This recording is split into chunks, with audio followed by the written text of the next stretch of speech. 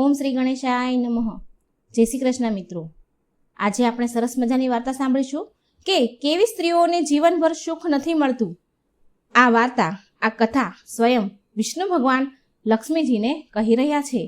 તો આ વિડીયો પૂરો ધ્યાનથી સાંભળજો. જો મારી ચેનલમાં તમે નવા છો તો સબસ્ક્રાઈબ કરવાનું ભૂલતા નહીં, અને મારો વિડીયો સારો લાગે તો લાઈક, શેર અને સબસ્ક્રાઈબ કરજો, અને કોમેન્ટ બોક્સમાં ભગવાનનું નામ પણ જરૂર લખજો.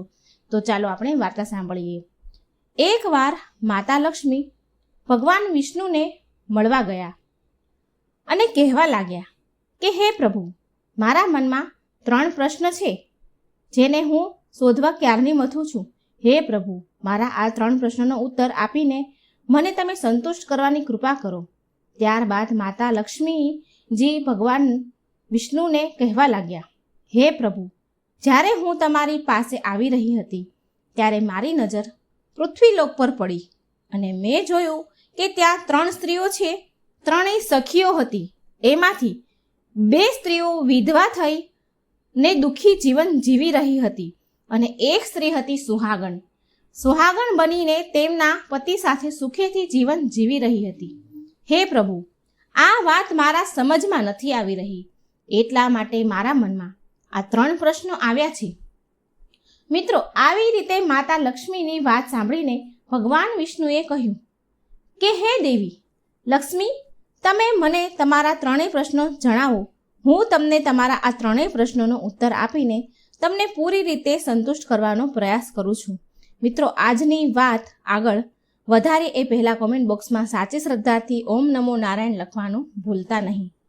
ત્યારબાદ માતા લક્ષ્મીજી કહેવા લાગ્યા કે હે પ્રભુ, મારો પહેલો પ્રશ્ન છે કે કેવી સ્ત્રીઓ સમય પહેલાં વિધવા બને છે, અને મારો બીજો પ્રશ્ન છે કે કેવી સ્ત્રીઓ જીવનમાં ક્યારેય સુખી નથી થતી, તેને સુખ નથી મળતું, અને મારો ત્રીજો પ્રશ્ન છે કે કઈ વસ્તુ છે જે એક પત્ની તેના પતિને માંગવાથી પણ નથી આપતી. મિત્રો, આવી રીતે માતા લક્ષ્મીના પ્રશ્નો સાંભળીને ભગવાન વિષ્ણુ કહેવા લાગ્યા, તમે જે સ્ત્રીઓની વાત કરી રહ્યા છો ને, એમાંથી 2 સ્ત્રીઓ વિધવા થઈને પોતાનું દુઃખી જીવન જીવી રહી છે, અને ત્યાં જ એક સ્ત્રી સુહાગણ બનીને તેના પતિ સાથે સુખી જીવન જીવી રહી છે. તમે તે જણાવવા માંગો છો કે આખરે આવું કેમ? તો હું તમને એક વાર્તા સંભળાવું છું. આ વાર્તા અંત સુધી ધ્યાનથી સાંભળજો, કેમ કે તમારા 3 પ્રશ્નોનો ઉત્તર આ વાર્તામાં જ છે.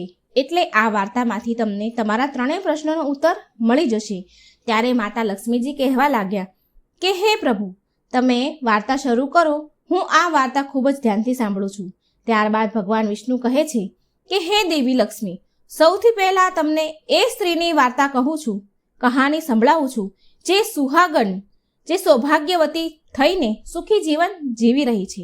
જુઓ, જે સૌભાગ્યવતી સ્ત્રી છે, સુહાગણ સ્ત્રી છે, તમે વાત કરી રહ્યા છો, એ સ્ત્રી એક રાજાના નોકરની પત્ની છે, અને એ નોકરને તેમની પત્ની પર પૂર્ણ વિશ્વાસ અને ભરોસો છે કે તેની પત્ની પતિવ્રતા છે. એટલા માટે તે પોતાની પત્નીની પ્રશંસા હંમેશા તેના મિત્રો સાથે કરતો રહે છે. એક દિવસની વાત છે, આ રાજાના નોકરે તેમની પત્નીની પ્રશંસા એટલી બધી કરી કે આ વાત ધીરે ધીરે રાજાના દરબાર સુધી પહોંચી ગઈ. ત્યારબાદ રાજાએ તેના નોકરને બોલાવ્યો અને નોકરને કહ્યું કે તું દરેક લોકોને કહેતો હોય છે કે તારી પત્ની પતિવ્રતા છે. શું વાસ્તવમાં તારી પત્ની પતિવ્રતા છે? તને તેના પર પૂર્ણ વિશ્વાસ છે? આવી રીતે રાજાની વાત સાંભળીને નોકર કહેવા લાગ્યો કે મહારાજ, મને પૂર્ણ વિશ્વાસ છે કે મારી પત્ની સંપૂર્ણ રીતે પતિવ્રતા છે. ત્યારે એ જ સમયે રાજાનો મહામંત્રી કહેવા લાગ્યો કે કદાચ હું તારી પત્નીનો પતિવ્રતા ધર્મ ખંડિત કરી દઉં તો તને શું સજા મળવી જોઈએ? ત્યારે નોકરે કહ્યું કે કદાચ તમે મારી પત્નીનો પતિવ્રતા ધર્મ ખંડિત કરી શકો છો તો તે મહારાજ મને ફાંસી લગાવી દેજો. હવે આ રાજાનો નોકર મંત્રીને કહે છે કે કદાચ તમે તમારી પત્નીનો પતિવ્રતા ધર્મ ખંડિત ન કરી શકો તો તમને સજા શું મળવી જોઈએ? ત્યારે રાજાએ કહ્યું કે કદાચ એવું થશે તો મંત્રીને પણ ફાંસીની સજા આપવામાં આવશે. ત્યારબાદ ભગવાન વિષ્ણુ કહે છે કે લક્ષ્મીજીને કે હે દેવી લક્ષ્મી, આ વાત મંત્રીએ તેનો સ્વીકાર કરી લીધો અને નોકરને પૂછ્યું કે હું તારી પત્ની પાસેથી એવી કઈ વસ્તુ લાવું જેનાથી તું માની શકે કે મેં તારી પત્નીનો પતિવ્રતા ધર્મ ખંડિત કર્યો છે. ત્યારે એ નોકરે કહ્યું કે કદાચ તમે મારા ઘરે જઈને મને મારા વિવાહ સમયે એક કટાર મળી હતી. તે કટાર મારી પત્નીએ ખૂબ સંભાળીને રાખી છે. કદાચ તમે તે કટાર લાવીને મને બતાવો તો હું માની જાઉં કે મારી પત્નીનો પતિવ્રતા ધર્મ તમે પૂરી રીતે નષ્ટ કર્યો છે. હવે શરત સ્વીકાર થયા બાદ આ મંત્રી શહેરમાં ગયો અને એક સ્ત્રીને જઈને મળ્યો. આ સ્ત્રી હંમેશા એકબીજાને લડાવવાનું જ કામ કરતી હતી. એ એવી હતી અને જે કામ કોઈ નહોતું કરતું એ કામ કરવામાં આ સ્ત્રી બહુ સક્ષમ હતી. ત્યારબાદ મંત્રીએ એ સ્ત્રીને પોતાના સ્વાર્થ માટે બોલાવી અને તે સ્ત્રીને કહ્યું કે જુઓ, આ નામનો એક વ્યક્તિ છે, એમની સાથે મારી શરત લાગી છે. અને ત્યારબાદ આ શરત વિશે તેમને બધું જ જણાવ્યું. ત્યારબાદ તે જે ઝઘડા કરાવનારી સ્ત્રી હતી તે આ સ્ત્રીને કહેવા લાગ્યો કે તું કાંઈ પણ કર, જે કરવું હોય તે કર, પરંતુ આની પત્ની સાથે મારો સંપર્ક કરાવ. તારે જેટલું ધન જોઈએ ને એટલું ધન હું આપીશ. આવી રીતે મંત્રીની વાત સાંભળીને આ સ્ત્રી કહેવા લાગી કે ભાઈ, તમે એ સ્ત્રી વિશે વાત ન કરો, કેમ કે એ સ્ત્રી સંપૂર્ણ પતિવ્રતા છે. એ સ્ત્રી તમારી તરફ થૂંકશે પણ નહીં અને તમારું મોઢું પણ જોશે નહીં અને તેના પરિવારના લોકો ખતરનાક છે, તારી ચામડી ઉતારી દેશે.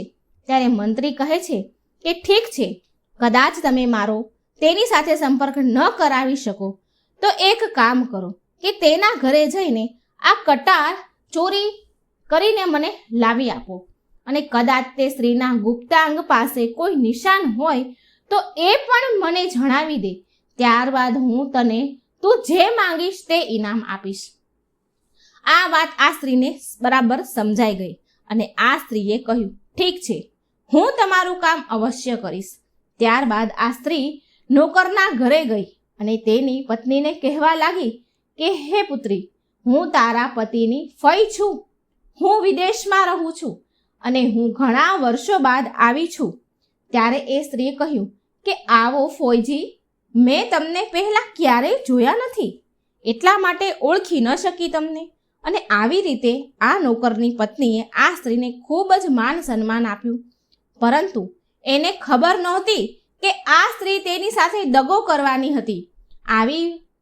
હવે ભગવાન વિષ્ણુ કહે છે કે દેવી લક્ષ્મી, આવી રીતે આ સ્ત્રી પેલી પતિવ્રતા સ્ત્રી સાથે 2 દિવસ સુધી એના ઘરમાં રોકાઈ અને જે સમયે નોકરની પત્ની સ્નાન કરવા ગઈ ત્યારે આ કપટી સ્ત્રી ઉઠી અને તેમની પીઠ ચોળવા લાગી.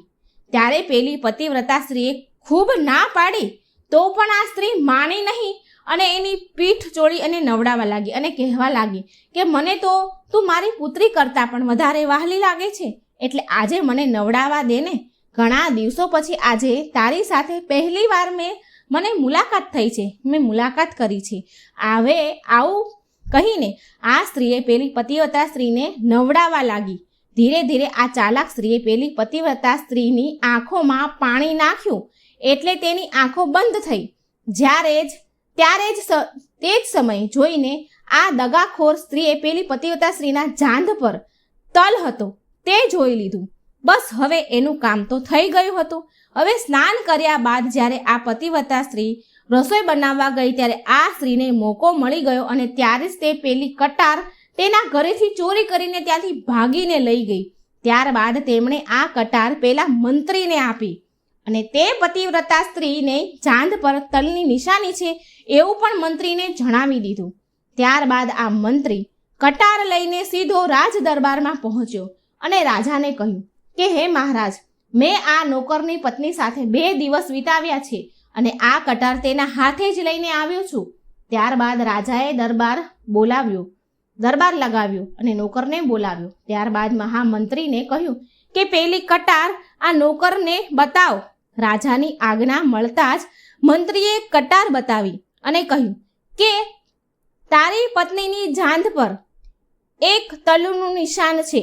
ત્યારે નોકર માની ગયો કે વાસ્તવમાં આજે મારી પત્નીનો પતિવ્રતા ધર્મ સંપૂર્ણ રીતે ભંગ થયો છે. નોકરને વિશ્વાસ આવી ગયો.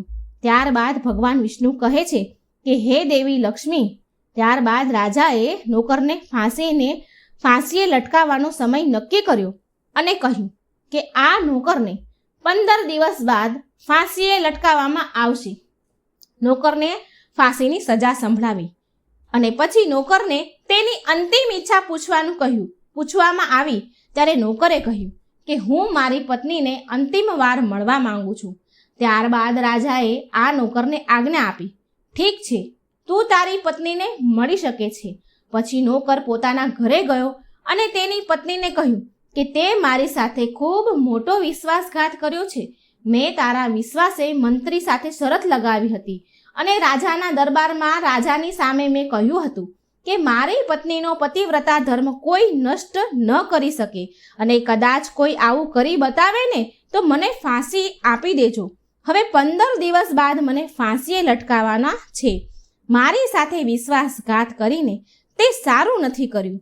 ત્યારબાદ આ પતિવ્રતા સ્ત્રીએ તેના પતિને આખી વાત જણાવી, પરંતુ તેને તેની પત્ની પર વિશ્વાસ ન આવ્યો અને તે ત્યાંથી સીધો રાજાના દરબારમાં પહોંચી ગયો. ત્યારબાદ તેને જેલમાં પૂરી દીધો.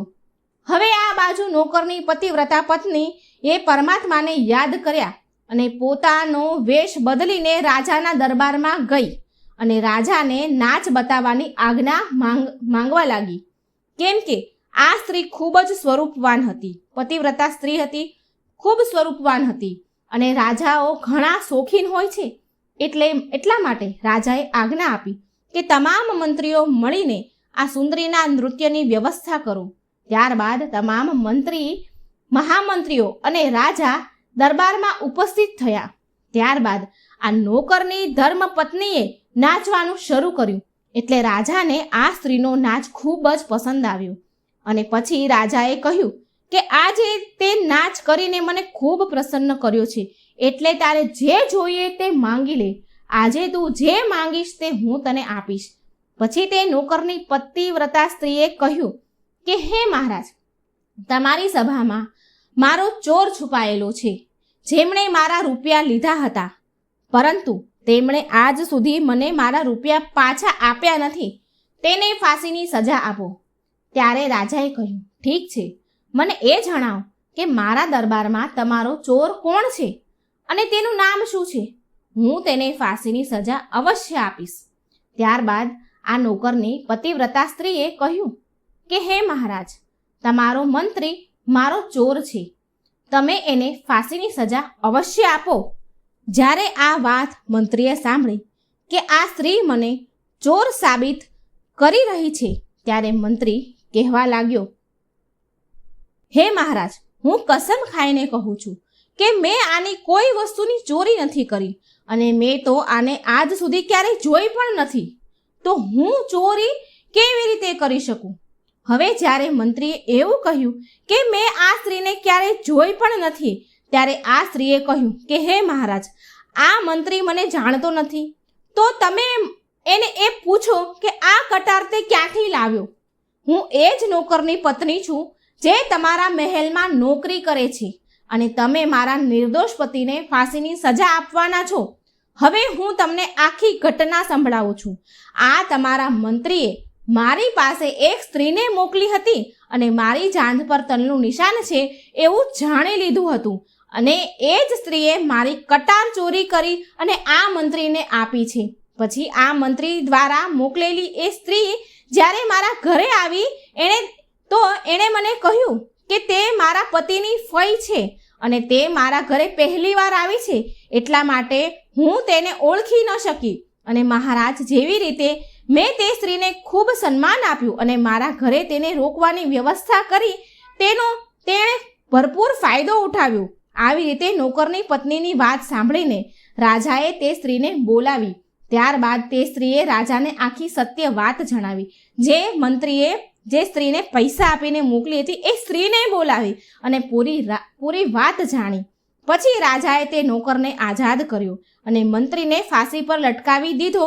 ભગવાન વિષ્ણુ કહે છે કે હે દેવી લક્ષ્મી, આવી રીતે આ નોકરની પતિવ્રતા સ્ત્રીએ રાજાને કહ્યું કે હે મહારાજ, હું મારા પતિને ખૂબ પ્રેમ કરું છું. હું એક ચરિત્રવાન સ્ત્રી છું. હું ક્યારેય મારા મોઢેથી મારા પતિનું નામ પણ લેતી નથી. ત્યારબાદ ભગવાન વિષ્ણુએ કહ્યું, હે દેવી લક્ષ્મી, મારી વાર્તા અહીં પૂરી થઈ છે. હવે તમારા જે 3 પ્રશ્ન હતા અને એમાંથી તમારો પહેલો પ્રશ્ન હતો કે કેવી સ્ત્રી સમય પહેલા વિધવા બને છે, તો એનો જવાબ એ છે કે જે સ્ત્રીઓ પોતાના પતિને નામ લઈને બોલાવે છે, પતિનું સન્માન કરતી નથી, તેમજ પતિને ઘરમાં નોકરની જેમ રાખે છે, આવી સ્ત્રીઓ સમય પહેલા વિધવા બને છે. કેમ કે કહેવાય છે કે પતિનું નામ લેવાથી પતિની ઉંમર ઓછી થાય છે અને સમયથી પહેલા તેના પતિનું મૃત્યુ થાય છે. અને આવી સ્ત્રીઓ સમય પહેલા જ વિધવા થઈને એક દુઃખી જીવન જીવવા મજબૂર થઈ જાય છે. અને તમે જે 3 સખીઓની વાત કરી રહ્યા હતા એમાંથી એક આ નોકરની પત્ની હતી, જે પતિવ્રતા હતી અને પતિવ્રતા સ્ત્રી હતી. તે ક્યારેય પણ પોતાના પતિનું નામ પણ પોતાના મોઢેથી લેતી ન હતી. અને આ બાજુ આ 2 સ્ત્રીઓ જે વિધવા થઈને દુઃખી જીવન જીવવા મજબૂર થઈ છે, તેઓ હંમેશા તેમના પતિનું નામ લઈને જ બોલાવતી હતી. તેમણે તેના પતિને ક્યારેય માન સન્માન આપ્યું ન હતું. તે હંમેશા પોતાના મોજ શોકમાં જ રહેતી હતી, મસ્ત રહેતી હતી, જેના લીધે તેના પતિની ઉંમર ઓછી થઈ અને આ બંને સ્ત્રીઓ સમય પહેલાં જ વિધવા બની અને આજે તેઓ દુઃખી જીવન જીવવા માટે મજબૂર થઈ છે. એટલા માટે સ્ત્રીઓએ પોતાના પતિને ક્યારેય નામ લઈને ન બોલાવવા જોઈએ. હવે તમારો બીજો પ્રશ્ન હતો કે કેવી સ્ત્રીઓને જીવનમાં ક્યારેય સુખ નથી મળતું, તો સાંભળો. જે સ્ત્રીઓ પોતાના પતિની અનુમતિ વગર કોઈ તીર્થ સ્નાન અથવા ઉત્સવમાં જાય છે, એવી સ્ત્રીઓના જીવનમાં ક્યારેય સુખ નથી આવતું. આવી સ્ત્રીઓ જીવનભર દુઃખી રહે છે અને તેમને પતિનો પ્રેમ ક્યારેય નથી મળતો. ભગવાન વિષ્ણુ કહે છે કે હે દેવી લક્ષ્મી, તમારો ત્રીજો પ્રશ્ન એ હતો કે એવી કઈ વસ્તુ છે જે એક પત્ની પતિના માંગવાથી પણ નથી આપતી, તો એ વસ્તુ છે અપશબ્દ. એક ચરિત્રવાન સ્ત્રી ક્યારેય પોતાના પતિને અપશબ્દ નથી કહેતી. અને જે સ્ત્રીઓ પોતાના પતિને વારે વારે અપશબ્દો કહે છે, પતિને વારંવાર મેણા ટોળા માર્યા કરે છે, એવી સ્ત્રીઓ ક્યારેય ચરિત્રવાન નથી હોતી અને જીવનભર દુઃખી થાય છે. આવી સ્ત્રીઓના જીવનમાં ક્યારેય સુખ નથી આવતું, સુખ સમૃદ્ધિ નથી આવતી. અને આવી સ્ત્રીઓને જીવનમાં ક્યારેય સુખ સમૃદ્ધિ નથી આવતી અને આવી સ્ત્રીઓ પણ સમય પહેલાં જ વિધવા બને છે. ત્યારબાદ માતા લક્ષ્મી પોતાના 3 પ્રશ્નોનો જવાબ સાંભળીને કહેવા લાગ્યા કે હે પ્રભુ, વાસ્તવમાં જે સ્ત્રી ચરિત્રવાન હોય છે તેવી સ્ત્રી તો ક્યારેય દુઃખી થતી નથી. કેમ કે આવા ઘરોમાં લક્ષ્મીનો સદાય વાસ રહે છે અને એવા ઘરમાં હંમેશા ધન ધાન્યથી ભરેલા હોય છે અને આવી સ્ત્રીઓ હંમેશા ઘરને સ્વર્ગ બનાવે છે. તો મિત્રો, તમને આ વિડીયો પસંદ આવ્યો હોય તો સાચી શ્રદ્ધાથી કોમેન્ટ બોક્સમાં ઓમ નમો નારાયણ લખવાનું ભૂલતા નહીં. જય શ્રી કૃષ્ણ. રાધે રાધે. Thank you.